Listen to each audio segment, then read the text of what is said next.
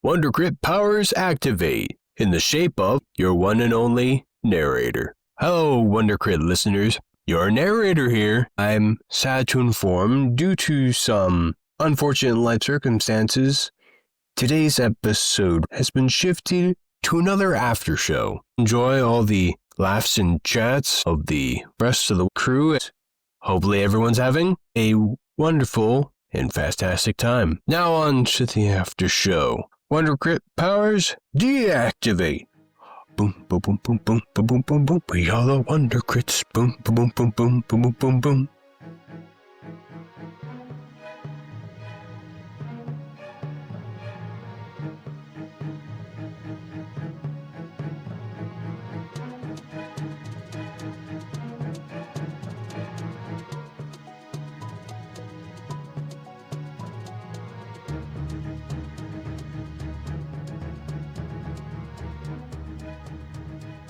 You have that recording, and we're just after showing it up now. Woo! Wonder Crit powers deactivate. I am Uncle Willis, as everybody's now referring to me at my job because they listen to our podcast. Your DM. Excellent. And, we don't really do the intro here, sir. We're supposed to chill, relax. But the rest of our fellow players are here today. Am I? Did I show up? Sorry. Don't mind me. I will cut you. Don't threaten me with a good time. Mm-hmm. Daddy, behave. Well, damn. I'm sorry, you trying. I'll behave. If you're up for it, Willis, go ahead. Take the wheel. I'll be waiting right behind you. So, I guess this is our after show for episode 1. We had a interesting arraignment of things that happened. So, can anybody describe how they felt when they found out we had a 10-foot bed with the hibachi grill in the center? Shit, I forgot about that. Are we specifically talking about as the player or as the character? As the character, I can definitely tell you, she was amused at the aspect. Definitely loved the grill. But, yeah. Shocked and appalled. But Randall thought it was hilarious. Hibachi grill in the middle of the bed. I'd be there. I want a hibachi. Matt, how was Pylus's thoughts on that one? Character and as the player, what was going through your head when you said sharing a bed, huh? Hey, one can't knock sharing a bed with a nice slab of meat. Hold on, we talking about the hibachi? Your head light next to your thighs counts, bro. Hey, obviously I'm talking about the hibachi grill, obviously. I'm not. The chef just looks you in the eye and says it's never going to happen. Just all things considered, the actual fire hazard for that, just in the middle of the night, if you didn't extinguish all of the embers, waking up, your butt is just burned because the rest of the room is on fire.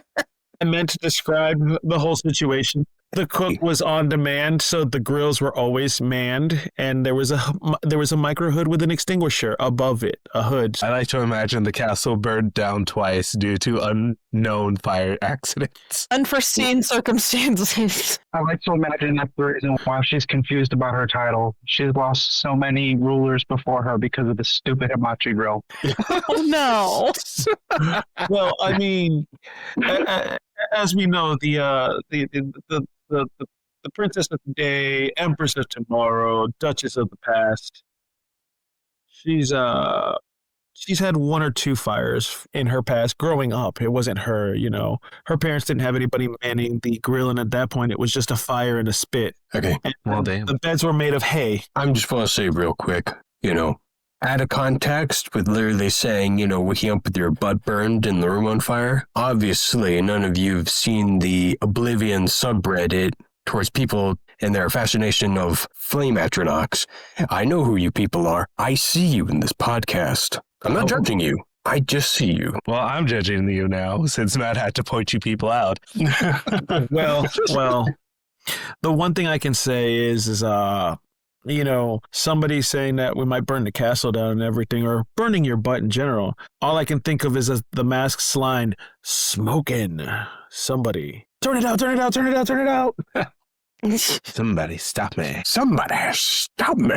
Pilot, behave. Or whichever rendition you are, since you are a method actor, sir. Fresh fish being... His name is Matt. Sorry, Tony, what you were saying? Freshly caught fish being introduced to the kitchen. He sees it's fire. Somebody smoke me. I'm not gonna lie, that would be kind of funny to see on the shirt. Oh God, There's just a The hot building's on grill and a fire, savage looking at it. it smells delicious. So, delicious. so how did this is now asking in kind of character for the after show. How did you all sleep in reality? Starting with, I guess, I want to go because this is going to be more focused on pilots. What were your thoughts? Who were you laying next to? And what were you thinking? What's the rating for this after show? I was about to say, I'm gonna mute up before something happens. I'm about to say, we try to keep it at least somewot clean. We'll drop swears every now and again, but we're not going explicit here. Sorry, listeners. I'll keep it PG. No. Let's just keep it mature 18. We're not going into the other X rating, which is It's like keep it in the pants. I was going to say, you're about to make me pull out the book here. All right, chapter 1. Chapter. I thought about approaching the Dragonborn. I didn't. Chapter 2. I looked at the Dragonborn, but did not approach. Chapter 3. She finally spoke up. It's like, "Are you okay?" I did not answer. I would write it about as descriptive as the notes you find in like a Resident Evil thing. I saw the Dragonborn, and I thought about the unique romantic ways I could approach this thing, trying different methods, all to approach this bewildering creature. Chapter 2, cheeks clapped. No. I feel We're like you're talking leaving out the subtext of all of that thunderclap. Now, pilots. Were we talking about thunder thighs? Your two Persian mallets, or are we talking about the lovely lady Azrael? Obviously, when resting, if we're going into the details here, keeping into character, he would try to, of course, be as close as possible. But as we can tell from their story and all that stuff, the development between them is still fresh. So it's one of those things to where, it's as close as possible without her basically having to like roll over and he's just, Mouth breathing on it's like obviously it would be cute if physical contact, but if we speed it up a little too quickly, it goes from funny to, well, now I'm just playing a desperate pervert. So like Helga in the nerdy guy who stalks her on Hey Arnold. You mean like Helga who stalks Arnold in Hey Arnold? No, but hey, no. We're She talking has a about shrine in her closet, Willis. I understand. I was Everybody what's his face over that. stalks her, but she has a literal altar that she worships this boy on. Everybody glosses over that because she hides it so well with such a mild-mannered behavior. Mine is with her best friend, who's like so done with her bullshit. But yeah, basically, he's not so subtle in his actions to, everyone wouldn't guess what he's trying to do. But he's, of course, subtle in the ways of like, all right, I'll just rest this close as things go along. Steps. He is a fighter, of course. Strategy. As she awkwardly turns away and you suckle on your thumb holding the thunder thighs. Trying to sink this man's chances before they ever got started. But I'm sorry, continue, Pilus or Matt, whichever one you are right now. Just say Matt. Stop trying to force it. Yeah, what are you doing? It's like, I'm sorry, is this an after show or is just like... I swear to God, if this gets like popular enough where later on in the campaign we start making actual merch, if you guys decide to make a body pillow, dear God, I think I know what everybody's first choice may be. No. Personally, my first choice would be Pilus. No, that's just because I think that's hot. No. I would tease everybody. We say we're about to release the clap, and then we release Thunder and Thighs, the body pillar and Persian gloves. Dude, that would be an amazing freaking April Fool's just freaking merch drop if we did that. That would be hilarious. We tell people we're about to release the clap. The thing, it's going to be a zoo and everything, and then it just turns out to be I don't know the name of the pose, but it's like a twist from the hips, but like a muscular kind of thing. So it's like you see his lower half What? back from me, like the front of him, the front of it, and he's just wearing like Pilus, by the way, banana hammock, and it's like there we go. That's just like, you know, the pose I'm talking about. Are you It's the referring to the sexy New cat Year's pose? I don't know the name of it. Yeah, sure. I No, don't like, even know what you're talking about, and What I am I'm just saying- confused. Okay, so Hey. Yoon, imagine basically I'm standing with my back to you, but then I basically, while flexing my arms up, twist so just my upper half is now turned as much as I Forward. can to face towards you, but while my lower half is still facing away from you. It's kind of like that twist muscular stretch. So like every Chung-Li waifu pillow, thick thighs while she's bent over, slightly turned to the front, smiling, doing Yeah. a cutesy wootsy face. But like that's gonna be the image. It's like we make it clap, and there we go. Pilus, banana hammock. Is that going to be tatted on your buttocks? No, Nah, just put it as a tramp stamp. It's fine. We've deviated from talking about the show We to really have. We Wow. really Yeah, that- have. We should probably get back. Well, I don't Moving know. back- Well, this is what the people come for. no. Well, that was Moving on just to the- phrasing. Dude, you need to think about your words there, buddy. I You need to can't. think I'm about your also words pretty tired there. today. Now let's also, I that's think one we're of the gonna most technically outrageous 3 hours thing I've behind said. most of y'all. Oh God, I will put a luchador mask on right now and cause a punishment if we don't get silent. Punishment. We're not playing. This Oh, God. this after show may have real in-game consequences. Now, anyways, Well, no. moving on to the I'm God, I do what I want. Well, no, but please continue. Moving on to the next question. So, how did Samuel Spade deal with sharing a huge bed with this eclectic bunch of people and personalities? I mean, it's like 10 feet wide. He just slept on the opposite side of the bed, one eye open. Next thing you know, he wakes up on Pilus's feet like a kitty cat. I was gonna Oh say, God, don't make him a cat. let's be honest. You're just like, oh, what's it like sleeping in a huge bed? For Samuel and Puff, anything is a huge bed. He's not wrong. True. I do want to deviate to one thing. Oh my gosh, I'm blanking on the vizier's name. Saladin. What Saladin said. It's like, you're all short to me. And then Tony and I just immediately turned to Pilus. That just tickles I me mean, my pink every time. character's what? Did I say 6'3"? Hold on, I gotta 6'3", actually look at my right? sheet. Yeah, you said 6'3". I mean- took notes while we were doing the editing. That's the thing. Our characters are either Huge. 6-foot giants Or or like 4'0". 3-foot midgets. Careful Hey, with the hey, term. Careful with the term. True. I think Sorry, our you short Little person. Puff is a 4-foot gnome. Small person. Puff is a 4-foot something gnome. I forgot what the inches were, but Matt, He was- sorry. Irrelevant. Go ahead. This is your character, so go ahead. No, I'm just saying. I think the inches are irrelevant. I'm 4 foot something. Yeah. Yeah. In the final cut, you just said 4 feet since we had to like fix that for the second go around. Okay. Now, Yeah. I remember that because we had to like fix it. It didn't sound right on the first go. So I was like, and fixed. so going back to the goblin gnome nymph, whatever. Did you sleep with one eye open? Whom are you speaking to? I know, right? I have no idea who this goblin gnome nymph thing he's referring to is. You know, the one that wears the armor that says not a goblin. Well, there's a lot of creatures that wear that. Who knows who he's referring to? Okay, Detective Batman here. Excellent. Sorry, what was the question again? I was too busy being spiteful. How would you say your rest was? Did you sleep with one eye open, or did you just agree to No, the? he probably got no rest because he definitely was concerned about sleeping with strangers and the hibachi girl. Like, he probably didn't get any, but he's probably like, oh, I wish I got some. And I kept him up all night. But he's not the only one who wished he got some. Hey. Well, you got to remember the cook did man. As I stated, the cook was manning the grill the whole night, so the fire was being watched. You could have gotten Well, some yes. at any point. Well, yes, but Sam hates himself, so he wasn't going to give himself a nice thing like that, like hibachi at 3 a.m. Yeah.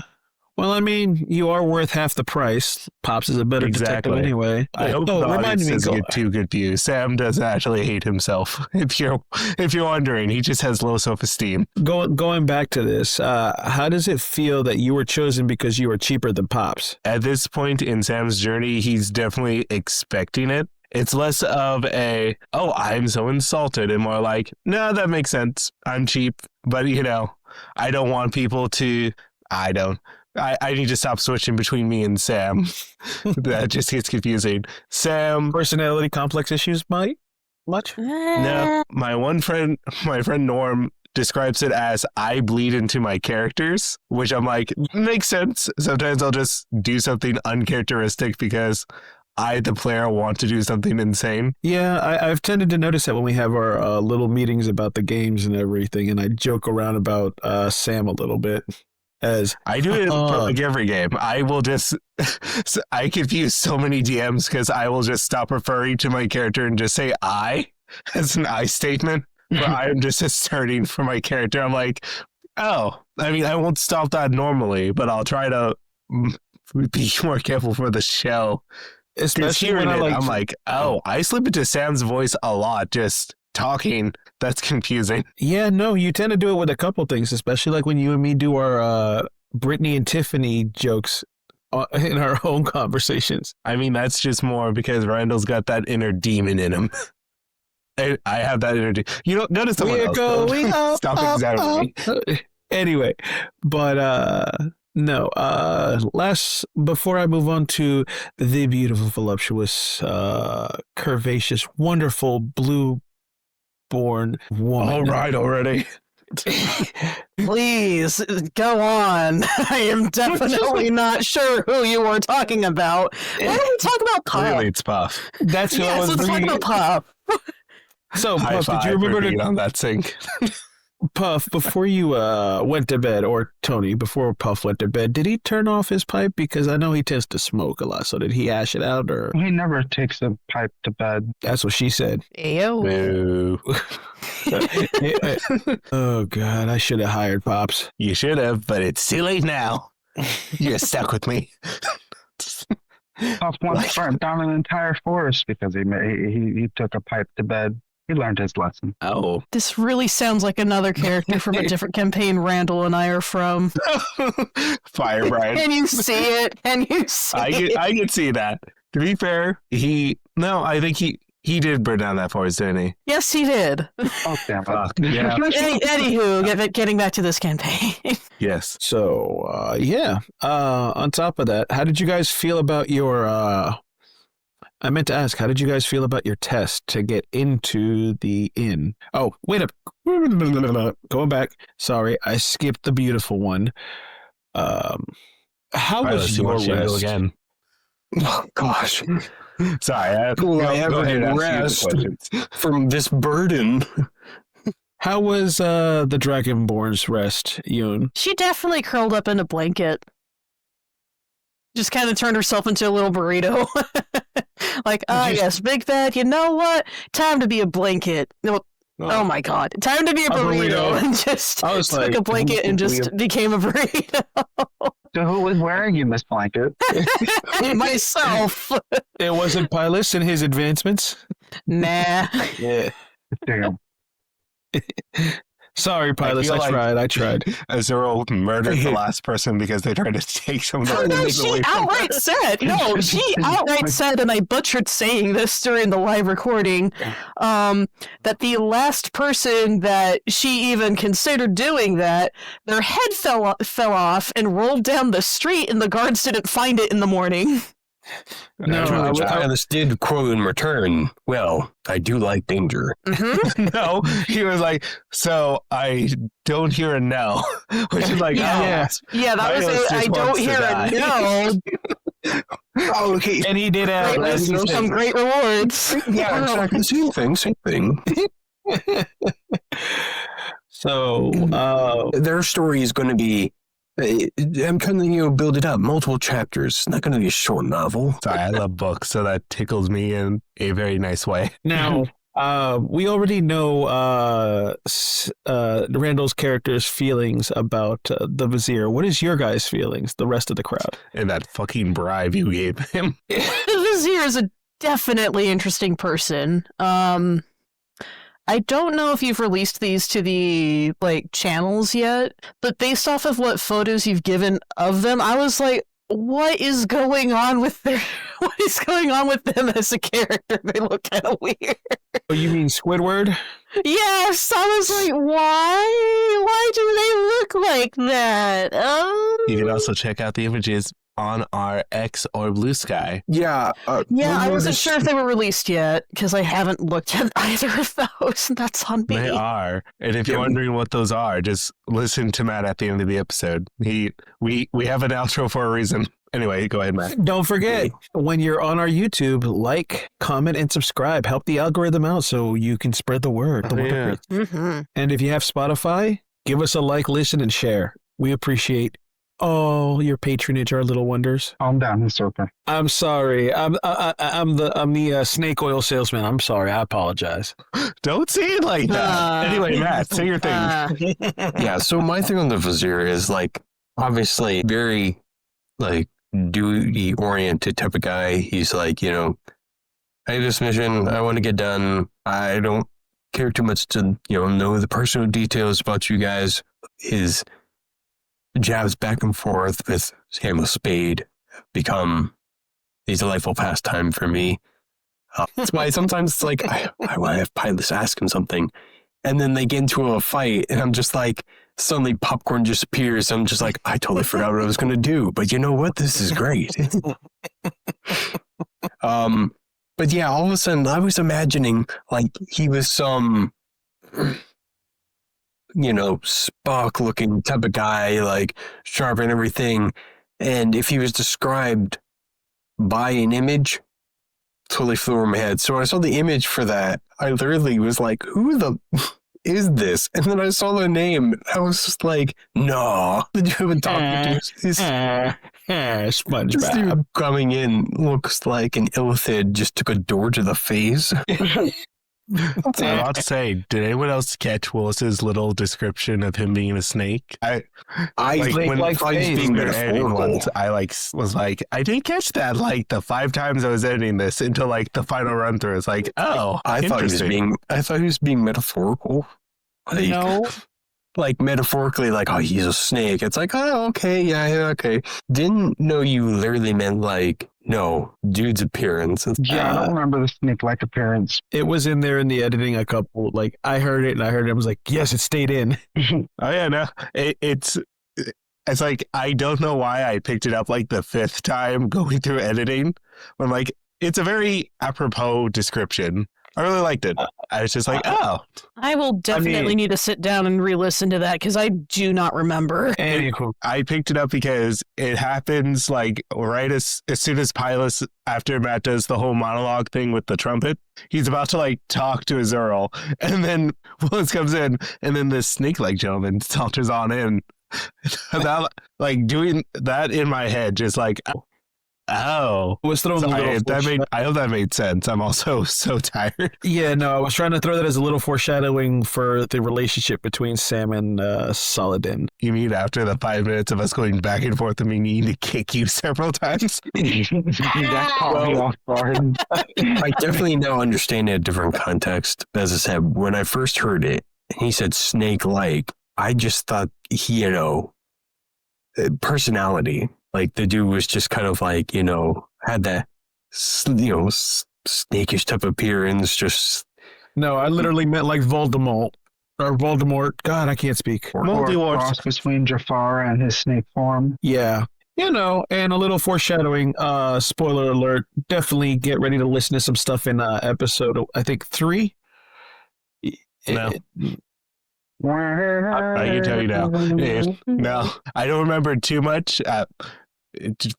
Since we're in the after show, we have yet to start editing episode 3, but at this point it's recorded, even though you'll probably hear this after episode 3 is released. Yeah. But going on into Jesus, there it is. I do gotta say, during Pylus' test, I love how orc is like the Adrian thing, and Randall just caught on it. It was like, Rocky. Yes, Adrian. Thank you. That I was just like, from other podcasts I enjoy, like NatPod and Dungeons and Daddies. I'm like, oh, that's something they would do. Just try to not make the scene about me, but come and just try to throw a pie at the two people doing a scene. And he just played along, and it fit just well. And I love at the end how you go, what am I going to do I with don't know who this Polly? Adrian is, but I'm happy you acquired it. I'm like, for this scene, that works. And then just the Also, Polly can we comment just at talk the about end. how Hylas just point blank was like, it's going to be a shame when I kill you. Not if. When. That one's directed I towards call you out Vizier, in the right? episode, but I'm like, are we just going to glance past this? Hold on, just to make sure that I'm not like muddling the audio. That was towards the Vizier, right? Or was that towards the guy at the door? That was towards the guy at the door.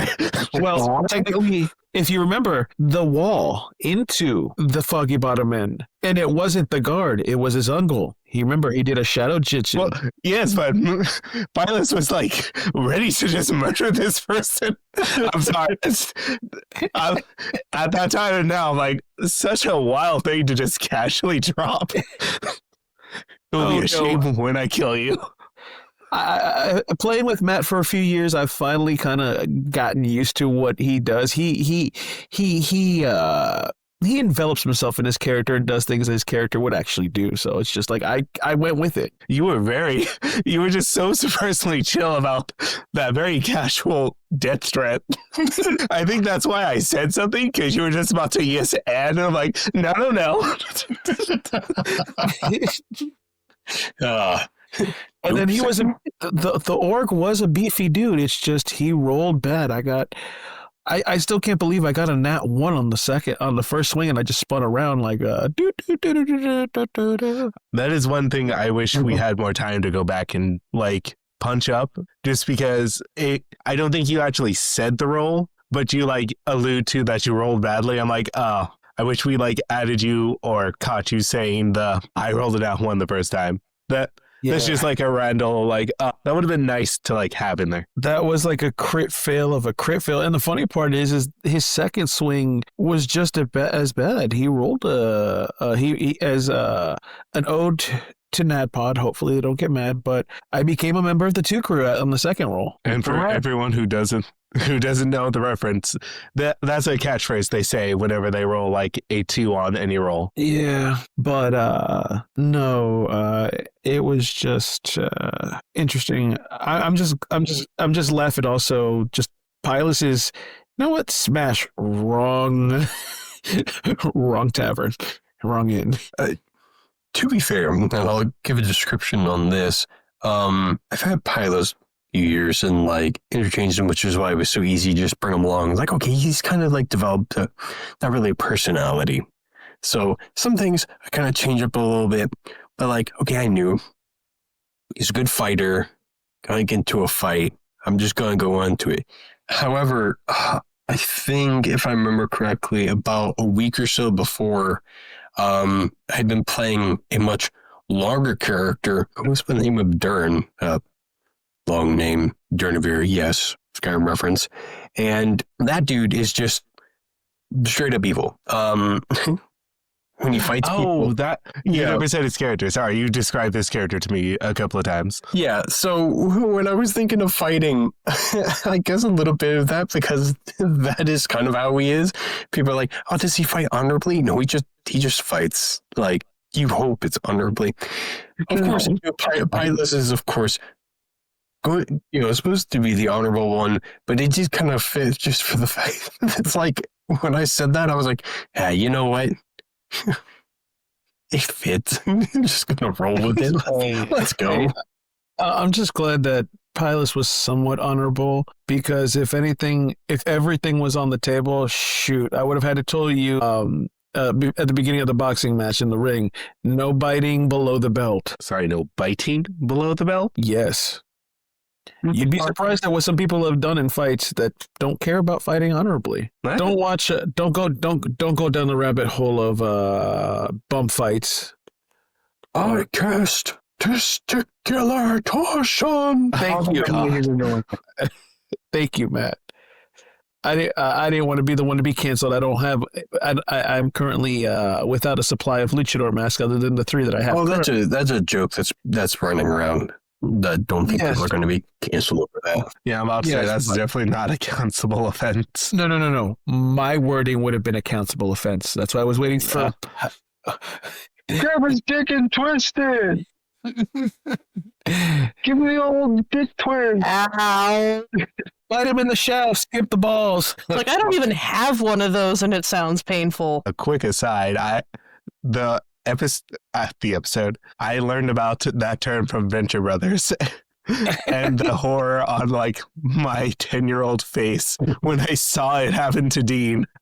Sorry, that was just like I remember feeling immense pain down there just from watching it happen to someone else. Yeah, So It was fun little wild. tidbit about my background. There are a lot of things that are allowed to happen in warfare as long as you do not break the rules of engagement or the Geneva Convention. duh. The Geneva Convention is unsaid. Don't break those rules. They will find you. But it's funny, the Geneva Convention mainly was created because of not the Germans' atrocities, but Canada's atrocities during World War II. I was hesitating to say that, but yes. Then someone made a skit out of it where like, oh, Geneva, that sweet girl. We checked every box on their list On so the we list. did more. Yes. You and I have the same taste. Oh God, we do have the same taste. Thank you, Yoon.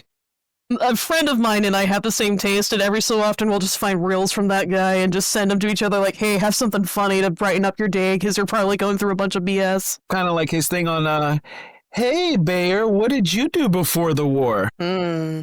Oh, I like him. That guy's funny. And this is when we pivot back to the episode. I don't Oh, want to be yeah. a pick-me girl.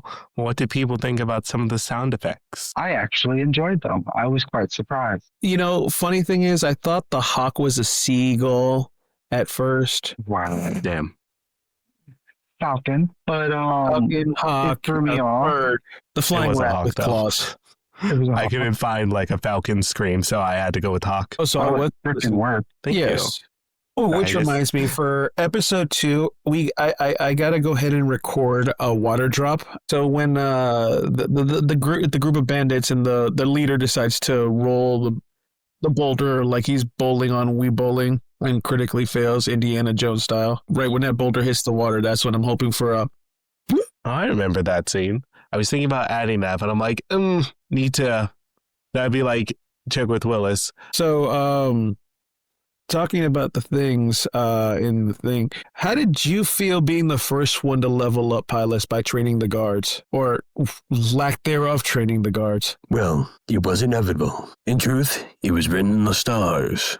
The moment I was born, greatness came upon me. It just Yeah, felt nice. God. Did not expect but- that was going to be basically the first way I was going to level up, but you know what? This is definitely an interesting way to level up. Yeah, just swinging your mallets. You were just going back to that. It was the funny thing is I used the Persian mallets because I had just watched one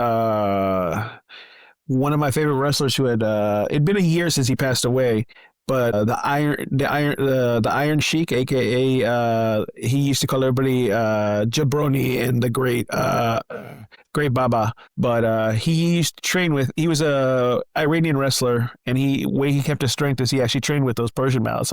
Here we go. He's a fighter. He can train in strength and dexterity. There we go. Level up. So, other than that, since we are going to be talking about episode 3 a little bit, going back to the snake-like thing, Yoon, how did you like seeing that the Overlord's queen was a blue dragonborn that looked very similar to you? There were a lot of things going through my head. I forget.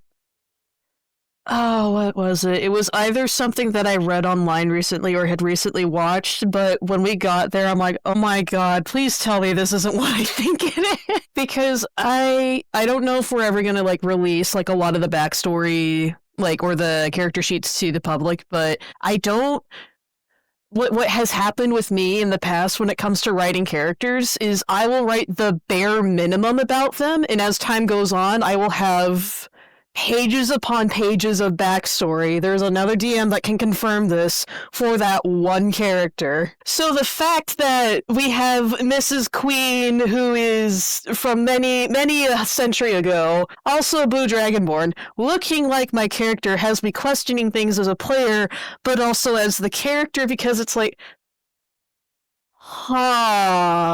okay. Uber suspicious. It's like, Yeah. very suspicious. So, Matt, how did you feel about seeing that portrait? Did you take it with you, or did you prefer the real thing? I can't remember. We left it. Actually, We left it. I vaguely remember writing about that, where it's just like, is he going to take the portrait, or is he going to leave it there? the one that looks. Oh, yeah. Yeah, to the point of there was a mold of my character that was perfectly proportioned, and it's like, oh dear, oh no. Look, everybody usually plays D&D hoping their character comes across some mythic loot, some great treasure that basically they can be like, oh, look, it's the Sword of Dawn, able to slay vampires. Obviously, my character got lucky. He rolled really high, and now he has art. Beauteous art. Hey, treasure comes in all shapes, forms, and color. And this one definitely has all shapes and colors. I do sincerely hope that this doesn't turn into like a whole freaking vampire plot of, yeah, this was my long lost love, and then centuries later you have now been reincarnated into this beautiful wizard. Will you come back to me? It's like, Everybody, don't listen to this. Spoiler alert, don't listen. Well, damn, I was about to say I was hoping that'd be the case, but if she got in one, I now become hope it's not the case. case. One, the middle school me that was heavily into vampires, still am into vampires, but nowhere near as much as I was back then. No, so totally. But- Twist, not a vampire. Werewolf. Going furry. Oh, Exact same plot, but it's a werewolf. Going furry. Now, playing with the detective, here's a few clues for you, sir. Saladin is sweet on Well, I'm about to say, don't give too much here. This is the after show. I know, I'm just Yeah, saying I can you do notice he's noticed his sweet comments toward our beautiful Dragonborn. I mean, to be fair, all you cisheads keep questioning it. I don't understand it, so I've just been ignoring it. And on top of that, the Man. fact that he has a reptilian, like you could say, maybe even dragon or Asian dragon like face. I mean, And the fact that he's Sam, just rude to you. I'll say, I don't know if Sam's actually seen like a real life dragon. Is that like a common thing in our world? Hasn't been for a long. So I can only guess he's ugly. The way someone described it regarding fantasy worlds and the presence of dragons being there, they compared it to like real life where, yes, you may live in a place where you have like a tiger or an elephant, maybe even a hippopotamus, but the fact that you're just astounded or amazed by this and everyone's like, you should be used to this by now.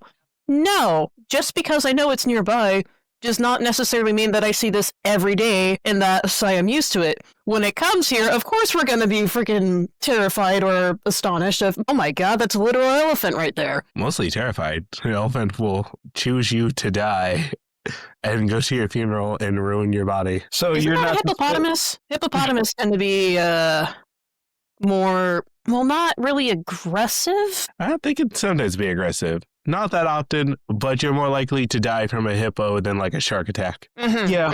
Especially a female versus a male, because the females are very protective of their young. Yep. Oh, yeah. And also, yes, elephants are also very vengeful. In India, there was a story where a woman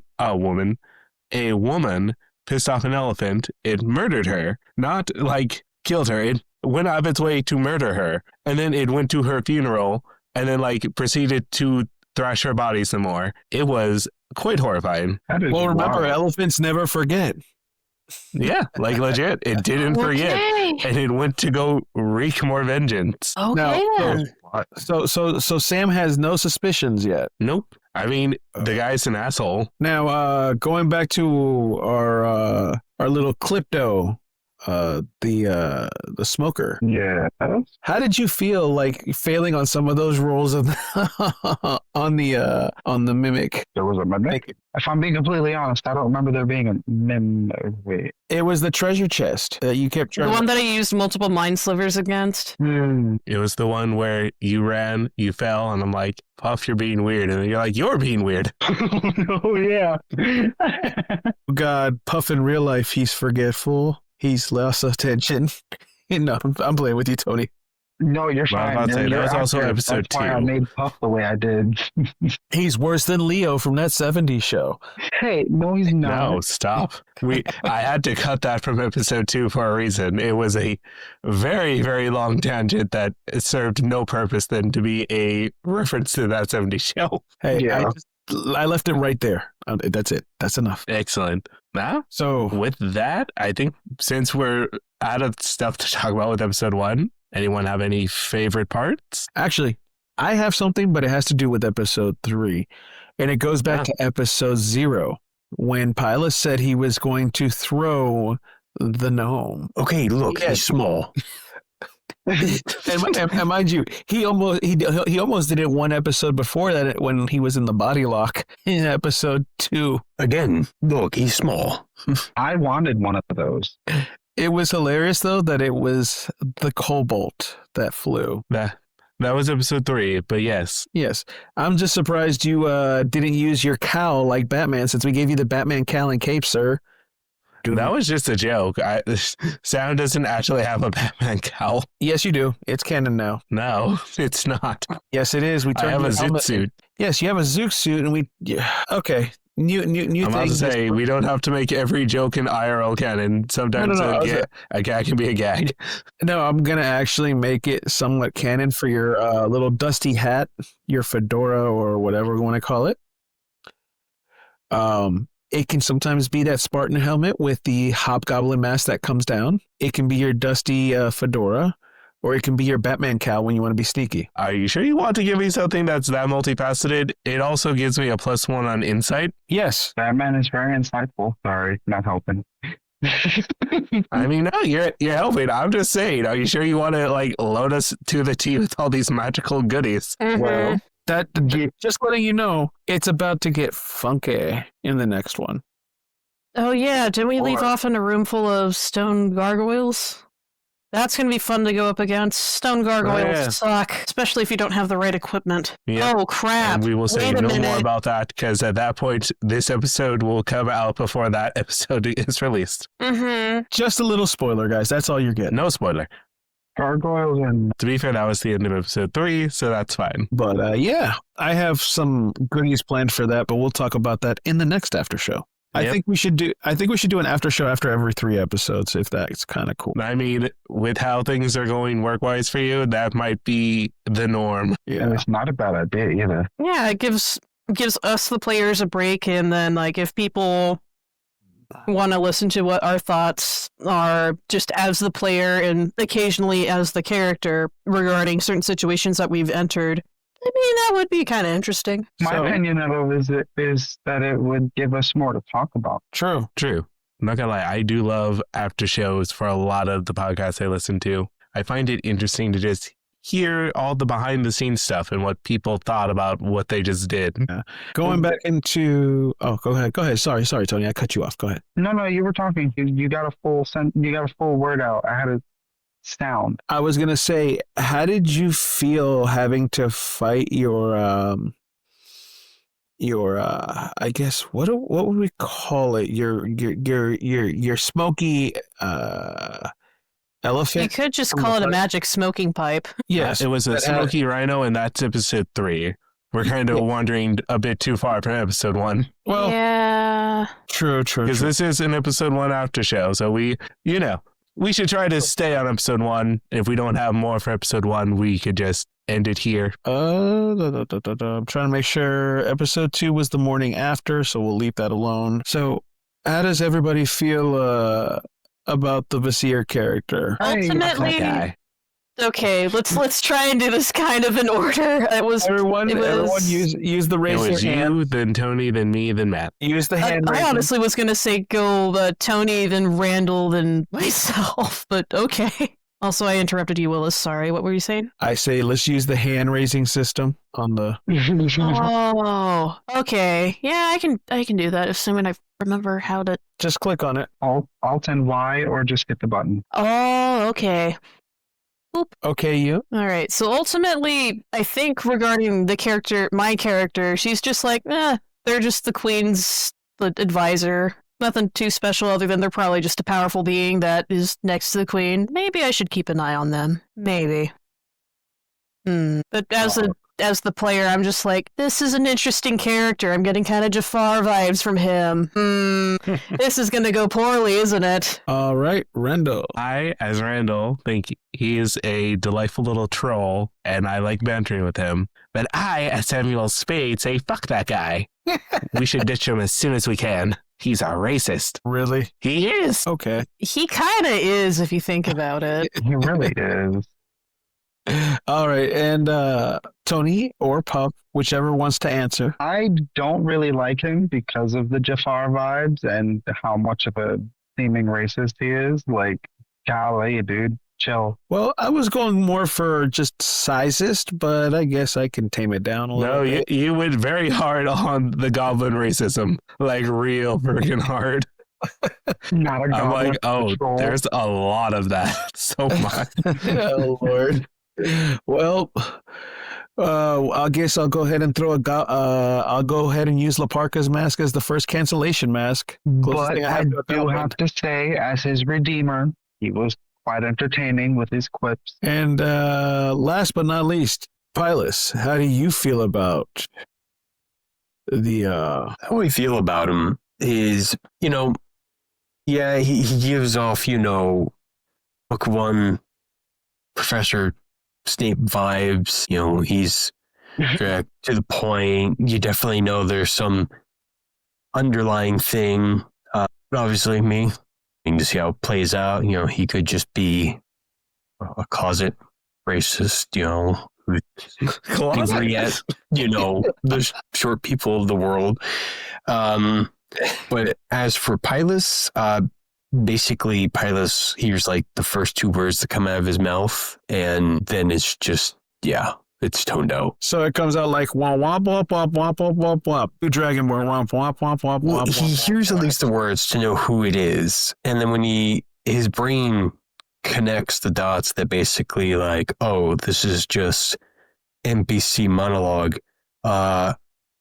It just basically is like, it's like, oh, you guys are short people, short. So I can only imagine Matt just like pressing the X button every time the Vizier starts speaking. I'm just like, so you're not gonna take into account anything at all about how he's just been throwing the sweet comments toward the Blue Dragonborn at all? No jealousy, no rivalry, maybe? Usually jealousy comes from, when there's a potential threat towards something you're gaining towards. Oh, Did you steal a raise your hand, phrase Tony? from our college friend Kevin? He just said you had no nipples. Sorry, that inside joke. But Kevin does. He's at least aware of the show. So if you're listening, Kevin, hi. It's like, come on, man. I made the show, yay! What's he has to be jealous of? His competition is racist. Like, Well, I mean, come the on. Vizier, I can't remember, did the Queen or the Vizier give her the mystery gift? That was another thing I was going to talk to you outside of the campaign because I don't remember the mystery gift whatsoever. And what is it? Was it the cantrip that you gave me, or was it a different thing entirely? The It mystery was a gift, different thing. it was a different thing entirely, and it's a wait and see. Well, Oh, okay. I guess since we're on this topic, I was going to wait till afterwards because I felt bad about it. But yeah, I too forgot what was gifted to Pilus, and I was like, you know what? I'll just not mention it. Make it seem like I totally wrote this down. Well, you got the Persian clubs, and I forgot what else I gifted you. I have to go back to the episode. It was the level. The level, yes. From training, yes. Got it. And then for episode 2, you got the floating / follow me punching bag. Yeah, more training. All right. And Puff, how are you enjoying your gift of the second version of the Golden S deck? I'm just not gonna go ahead and reread it. It's already A little confused about it, but I will manage. I will work through it and read. But a little side tidbit. If you put your mouse cursor over the raised hand, it puts a hand in the opposite direction in response, like you're giving a little high five. What? It's so Yeah, cute. yeah. I saw that earlier. I just noticed that. Oh wow! I love that. I clicked on Yude's and her camera goes on. Wait, what? How did you turn on my camera? By Hello? clicking your hand. Click. Oh, well, that's way too much Like, power. I'm hitting my own whatchamacallit. Like I'm hitting my cam right now and I'm turning it off and on. But you guys can just hit my like cursor and turn on my cam. That's kind of messed up. I'm not saying. No, I think what it does is that it pulls up your The photo you have with the Profile kid. Oh, What is yeah. my profile image? Because it's just E on my end. It should be It's blink like- now. Well, Sometimes when it- you turn on your camera, it does like a little snap. On yeah, my that's end, what it- it seems to have done. Yeah, on my end, it's showing you holding the kitty. Aw. Cat in I question guess is very chill, You by the way. looking to the He's- side with your hand. Whoa! up. Everybody's clicking hands. Slow down. Damn. I'm about to say, So I he's- now only have a black screen, so Riverside's just being Riverside. But Here, let we me find- love it here. Let me And not figure out just what because we're mine being does, sponsored to because say that. I swear to God, if the luchador mask comes on, hey! Well, everybody stop clicking their things. I'm getting spammed over here like the Yin Yang twins. I'm trying to design a character that's going to be very important to Zerul, which a few Okay, people know about her, but those that don't worry about it. She'll come up in the campaign. That's right. God, children, we can't teach you features, and you just toy with it. That's the problem with all the toys. But yeah, Willis, you got us with the wrapping this up, or shall I take over? Oh, I guess we have luchadors in the mist now. Yo soy el Gran Dorado. So, anything happening in anyone's life? What kind of life stuff's happening? I don't think I want to share what I've been dealing with at work from before we started recording, because yeah, that's Nah, crazy. That'd be But more I like am something we cut in finally on. after. Oh, sorry, I'm Oh interrupting. no, you. go ahead. I am finally, after 22 years of existence, sitting down and watching Hellsing Ultimate Abridged. And Yo. dear God, it is funny. It is. I'm kind of kicking hilarious. myself in the shin for not watching it sooner, because holy cow, the amount of references that I am realizing from over the years from various other friends that are from the show. Well, now you'll definitely understand the title that's under my name in Discord. Maybe. I'm only on episode 3. Well, as you continue watching, Well, I have that up for like the longest time, and it's so funny that people are just like, yeah, they do deserve that, like totally not understanding, or some people will just go, I know what you watched. All right, Willis, take it away. Well, on that note, I forgot what the hell I was waiting to raise my hand for.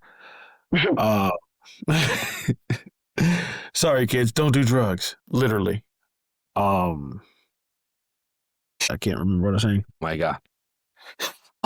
That's all good. How about you, Tony? Anything life-wise? Nothing in particular. Currently just going through the motion. Mood. I have been playing a new survival game, What Ark kind? Survival Ascended. It's dinosaur based. Certain maps have a storyline, but all of them function on mostly the same level. Nice. If you're a fan of dinosaurs or just survival games in general, I definitely recommend it. My current favorite map would have to be it's a tie between Scorched Earth and Aberration. Scorched Earth takes place in the desert, very very extreme conditions, and yeah, you die like every 5 minutes because of the heat. It was a wonderful struggle. I'll say that's intense. It is. You can tame anywhere from as small as a jerboa, which is like a lemur that you can carry around with Oh. you, to something as big as what's called a gigantosaur or a giga. These are huge. And if anybody has seen the Jurassic Park movies, if you remember the Indominus Rex, that can also be a creature that you've tamed. It's called the Moro Rex. Does it have feathers? It sounds like a dinosaur that would have feathers. No, if anybody remembers the Indominus Rex from the Jurassic Park movies, it goes invisible. Shit. So does this.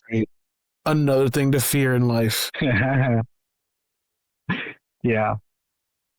You could also tame wyverns from a spectrum. There's a poison wyvern, lightning wyvern, and an ice wyvern. My personal favorite is the lightning. I'll say that sounds so fun and cute. Can be. Wyvern riding. That's the only update that I have. As for me, I don't have much of anything.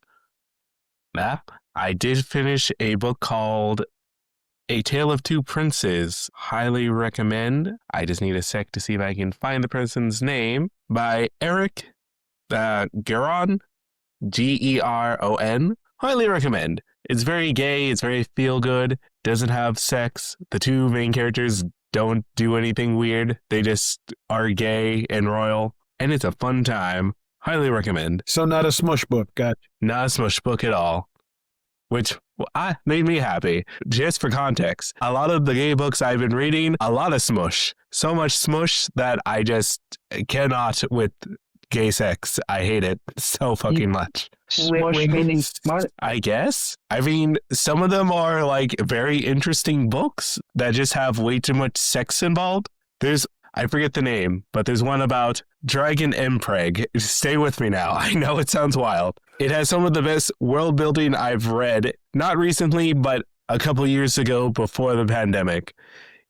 I know, for a book that is about Empreg, about dragons impregnating males, it sounds wild, but if you can get past all the insane amount of sex they have, like insane world building, it blew my mind. I'm like, this is a really good book. I just wish it had a lot less butt sex. Go ahead, Willis. Your hat's been up for a while. Also, check out my dad's podcast, Out to Feel Good. Few things. One, got to go to Luray Caverns this weekend. Yay. And we were lucky when we went in because it's the one time of the year they light the darkest part of the cavern where they don't use natural light with over 5,000 candles. Damn, They only do it once a year. The rest of the year, you have to use the railings to get through the dark. I like the sound of that. Second thing, because of Randall's previous Goosebumps tangent for a while that we had a while back. Yep. I was going through my Paramount Plus and am rewatching all 5 seasons of Are You Afraid of the Dark? Nice. And then, lastly, what was it? Oh yeah, update on the Dad Bod mail review. variety show. Mail review, yes. I have finally finished chapter 1 of the script. It should only be 4 chapters long. I will be doing auditions. Randall, Tony, and Matt, you are invited. Yoon, if you can cross-dress, that'll be fine. You'll be invited to the tryouts too. We'll have you be the virtual screen. You'll just be the iPad with a stick. Hell yeah. We'll see the iPad twerking it better than an Skeletor. Now you just get a person in a morph suit and then you just tape an iPad to their face. All right. That sounds like a deal. A deal, not a thing. What the? It sounds like a Theo. Theoretically Straight. Another really good book you people should read. Also super gay. Speaking of books, I'm very sorry. I started a romance novel series. It's the Fourth Wing series. It's the premise of it. There's a world crisis, but the people living in the towns don't really know what's going on. They're being sheltered and protected from the real crisis of the world, while only selected, let's say, knights or dragon riders are privy to what's going on. Nice. The story's main character is she was supposed to be put in the what's the scribe unit, but she ended up getting put into the writer unit. Is this the Dragon Rider series? Yes. I have every single one of their books if you want to borrow one from me. Yes, please. I'm out of audiobook hours on the second book, and I'm like halfway through it, and I'm just like, fuck, I've got to wait like 20 more days. Not a problem. If you don't mind reading a paperback, because I'm not loaning out the hardbounds. The hardbounds are like they stay in the library. I love books, so I don't care what kind it is. I just love the smell and the feel of them. So someone who gets it. Oh my god! Yes. So this is why I write notes in a physical notebook and not online, because online just feels so sad. It feels dirty. Just to be sure, is the author Rebecca Yarros? Yes. Yay! It's her. Yay. Now, talking about books real quick, I'm going to turn my camera on for a second. I am actually giving this a chance and not just using the Cliff Notes to do my book report like I did in middle school. And even if you show us, you will need to describe to the audience what you are. What you're holding, because they cannot see this. For all of those that grew up in my generation, being that I'm the unk of the group, that means anybody born between 1980 to 1985, where the Zennials are what used to be part of Gen X before all this bullshit got changed around, where generations were no longer 20 years, but every 10 to 15. But this was he's old. Hey, quiet. You are. I'm the youngest in the group if y'all want the context. If you haven't pieced together the whole 22 years of existence. If I'm not mistaken, I'm the second on the list, and I still don't understand what TLDR is. Too long to read. So I'm currently reading the Where the Red Fern Grows, and it'll be the first time I actually can get through it. I've realized that my style of reading, yes, I do have to have a physical copy and feel the book, but I also have to hear it while I read it, or I do not retain or comprehend what the hell's going on. Matt, what's going on with your life? Not much. I was kidding. Well, I mean, as of late, I'm on the final recovering stages of a cold that decided to just, tease its way in and then barge in like the Kool-Aid man. That's totally fine, I've heard that a lot of people basically were getting sick and whatnot, and all of a sudden, my cousin, who was supposed to come down and meet me and my brothers, suddenly didn't feel well. I'm like, oh, everybody's getting cold. And then she messaged me and my brother. She's like, oh, glad I didn't come down. I got COVID. Like, oh, wow. Like, what a twist. Like our twinsies, I had COVID last week, as of the time of this recording. But yeah. No, aside from that, actually what's kind of interesting, you guys were bringing up books. I came across and have been reading up on an interesting book. The reason I put a pause on that is it's not so much, at first I thought it was kind of one of those like dark and horror-y type books, something like that I could, sit, read, ooh, what spooky tales. No, turns out it's kind of a D&D book. Oh. It's called Memento Mori. Oh, Memento Mori. Love it. And what's interesting in the fact that the way it is described, it's literally something that, depending on how far I want to stretch it, could be something that could take anywhere between as minimum as like 7 sessions to more than that.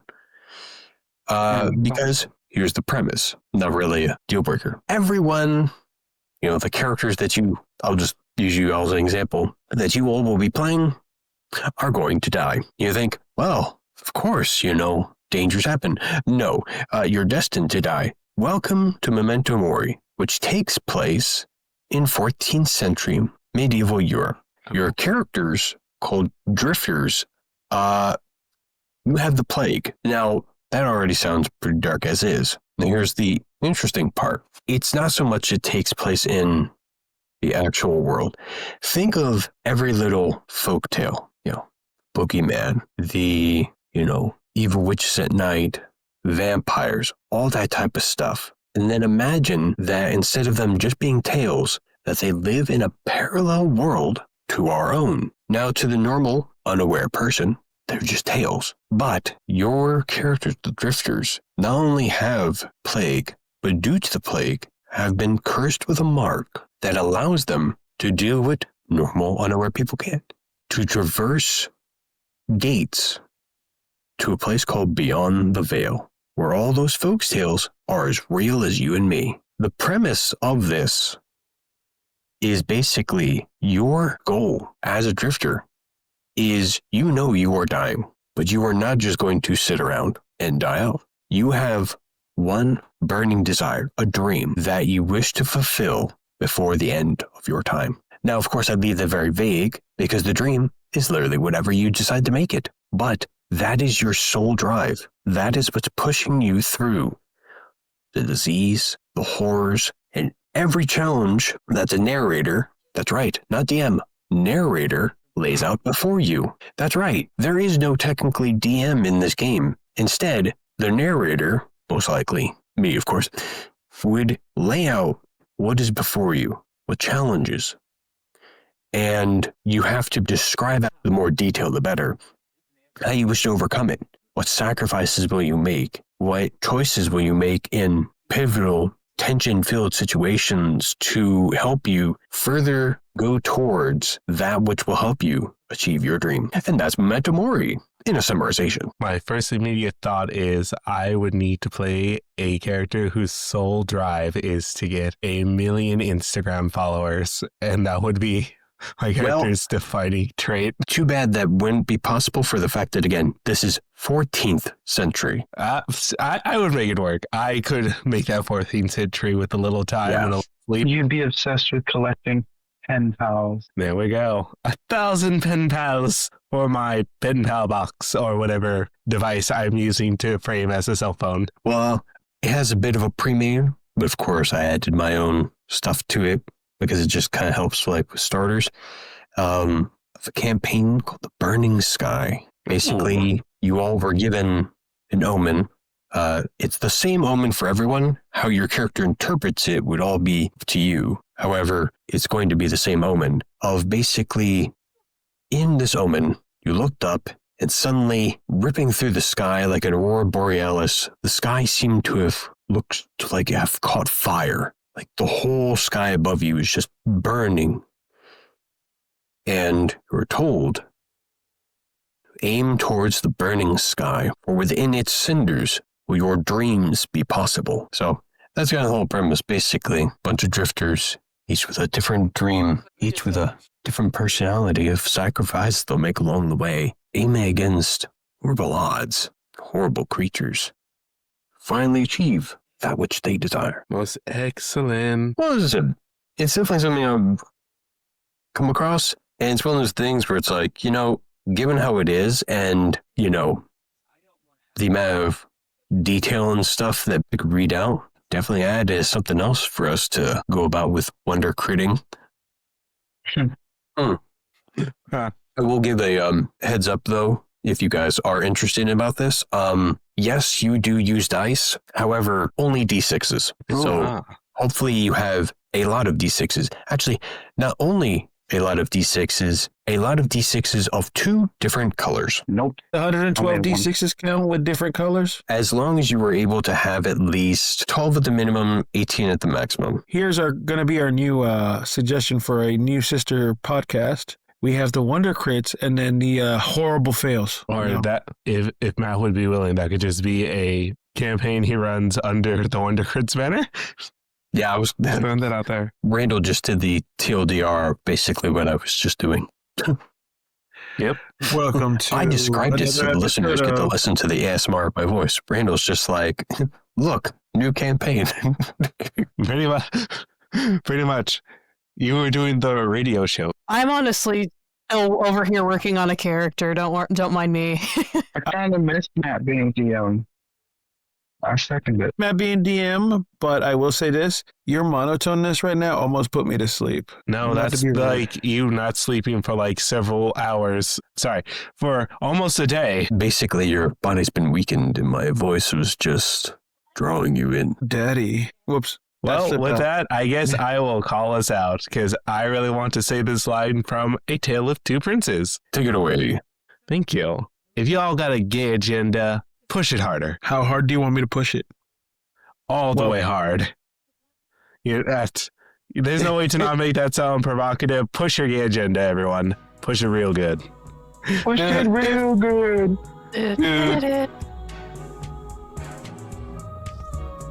All right, my little wonders, this is where I bid you adieu, goodbye, and farewell. Bang! Thank you for listening to the Wonder Crits. This has been Willis, Yoon, Tony, Matthew, and myself, Randall. Music production by Productus, our friend Luke. Administration assistance by the Deep Coke Man. Support us by following us at Wonder Crits on X or at Official Wonder Crits on Blue Sky. If you enjoyed the podcast, we release new episodes the middle of each month on Thursdays. Look forward to the next episode on October 16th. That one's going to be a special episode. Remember to like, comment, and subscribe. Have a wonderful time and roll wonderful crits.